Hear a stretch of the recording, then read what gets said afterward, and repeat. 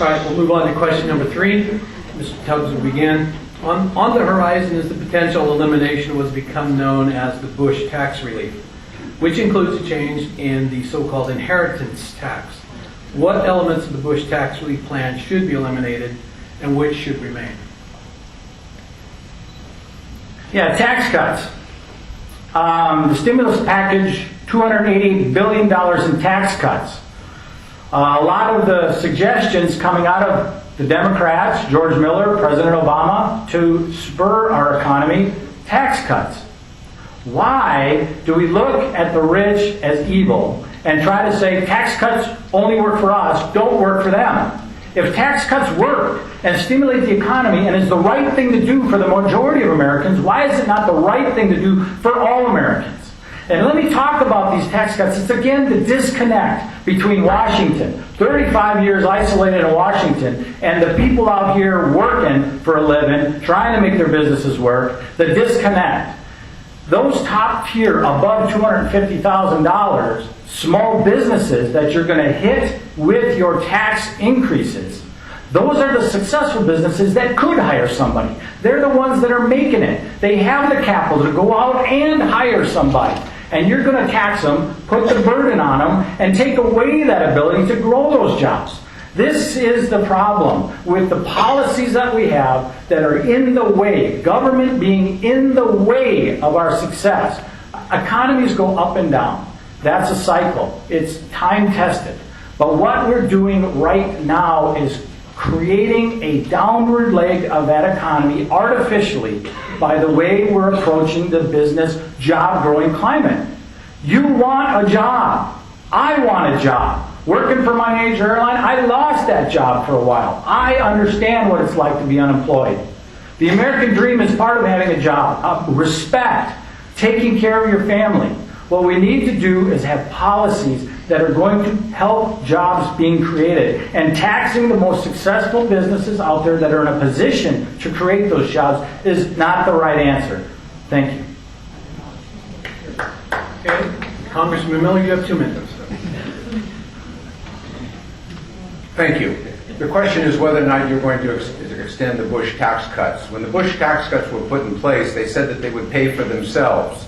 And that was the idea, that they would create such economic activity that they would pay for themselves. When Bush came to office, there was a $5 trillion surplus. The budget had been balanced for 3 years. When Bush left office, there was an $8 trillion deficit. The budget wasn't balanced. I'm the only person that has introduced legislation that was passed and signed into law that balanced the budget.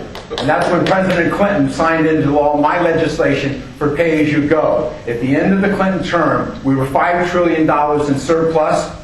We cured the largest deficit that we had at that time from the Reagan administration.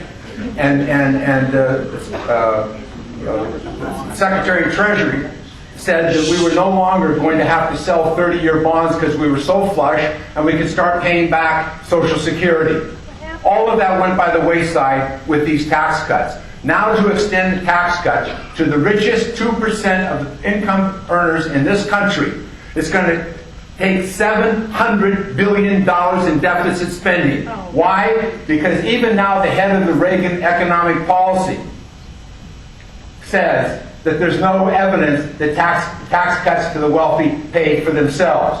So you're going to add $700 billion to the deficit. What the Republican leaders say in the Congress is, oh, we can just cut that. We can cut that. So the leader of the Republicans, John Boehner, proposed a 2008 freeze on the budget. That's over $13 billion out of veterans programs and health care programs for our veterans. It's money out of education. So what they're saying is you're going to cut programs, serve our veterans, take care of middle class, and improve our education system, and you're going to subsidize tax cuts to the wealthiest people in the country. 97% of the businesses, small businesses, are exempt from that tax cut. And remember, they have to be making over $250,000. Rich people don't spend their money. Thank you. My job will be moderator. If you allow me to do that. You can do it. Question number 4. Congressman Miller, you are first. Under what circumstances should the government invoke its claim to eminent domain, and when is eminent domain wrong?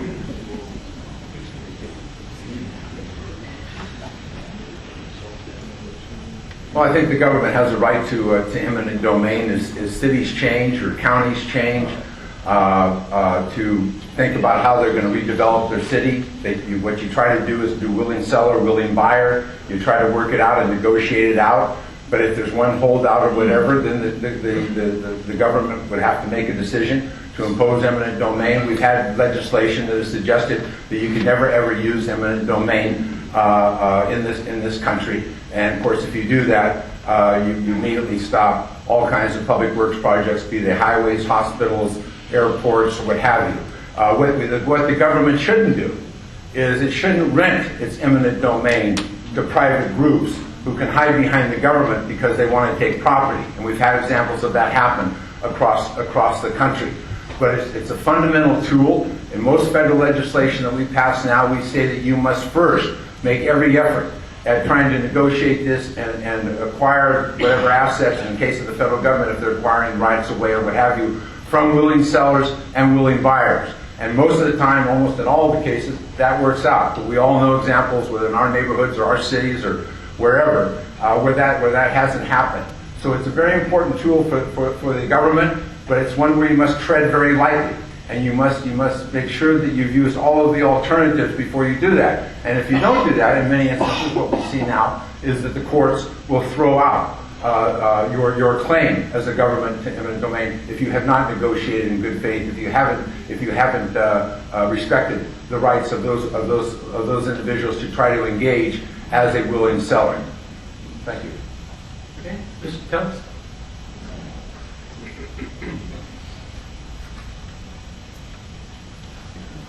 Well, I'm no lawyer, and I think sometimes that's a good thing. I look at it through common sense. Eminent domain is something that should be used in the good of all. But when it comes to the federal government saying I can make more money in taxes off of your home with a strip mall, no, that is not something we should use eminent domain for. Well established before that ruling, and I would stick to what we did before that. Would not use taxes as the basis of whether that's for the public good or not. Now I want to get back to the taxing the rich over there. The 1% of Americans, top 1%, pay 37% of the taxes. The top 10% pay 68%. The top 25% pay 85% of the taxes. The bottom 50% pay 3%. How much more do those numbers need to skew before you call it fair? Taxing the rich, we keep talking about that. It's something you want to say is evil. But here, let's get back to the common sense again. Before somebody goes out and thinks about growing their business with a loan, they don't just look at the cost of the loan and say it's going to be a loser. They're taking that loan out so that they can grow their revenue. And the basis of whether that's going to be a positive or a negative is if you grow revenue.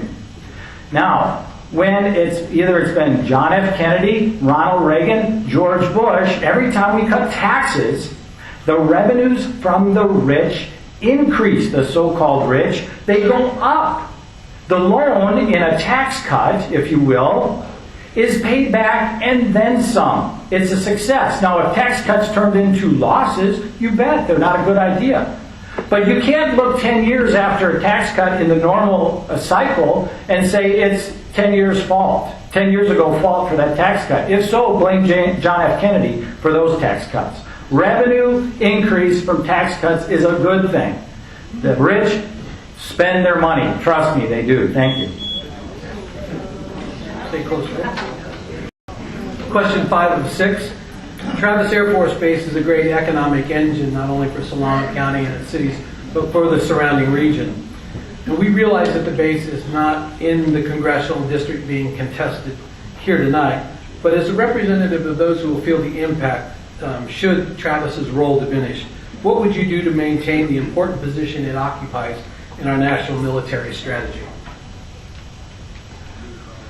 Well, this is a topic I'm very familiar with, spending the last 15 years out at Travis. Spent a lot of time getting to know the folks out there and knowing the strategic advantage of Travis Air Force Base. We have 3 airframes out there, which is unique in the military. When you talk about how to defend Travis, I know the actual strategies, the operational, the tactical level of how important Travis is. I would be one of Travis's biggest advocates, knowing how important it is to our national security, because it would be the right thing to do for the country. I'm not about protecting special interests. If Travis was not for the best interest of the country, of the District 7, which is who I'm trying to represent, then I would have to look at it and say, what is better? But I know Travis Air Force Base is a part of the overall plan, very important to this community, very important to our country. So Travis would have no better advocate. The people at Travis, the mission at Travis that I have flown for the last 15 years would have no better advocate than me.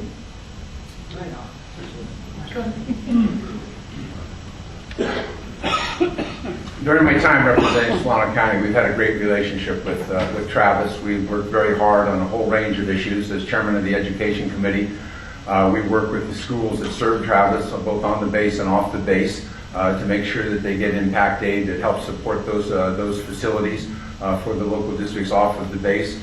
We've engaged in funding for new school construction. We've engaged in funding for the repair of facilities and building reconstruction on Travis. We worked very hard to try and see that additional C-17s were sent to Travis as they were redeploying them and building new C-17s. I've visited many times with the officer corps at Travis, discussing both the logistics, their needs. People from the base regularly meet with me in Washington, D.C. So we have a very good relationship, and I expect that to continue. I'd like to go back to this point about the question of tax cuts for the wealthy, because it's very fundamental and it's very important to us.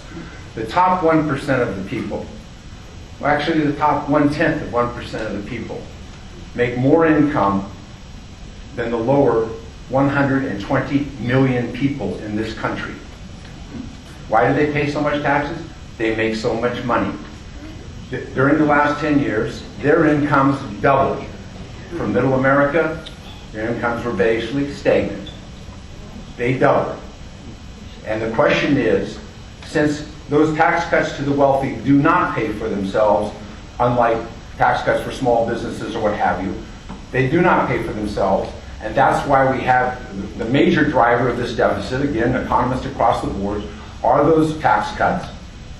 And when you look at that, you've got to ask yourself, are you going to add $700 billion to the deficit to give the richest 2% of the people in this country that tax cut? They will be operating at a tax cut that they were when Bill Clinton was president. As I remember, that was a very good decade for people in this country, a very good decade for jobs, and a very good decade for wealthy people in this country. This isn't some onerous burden.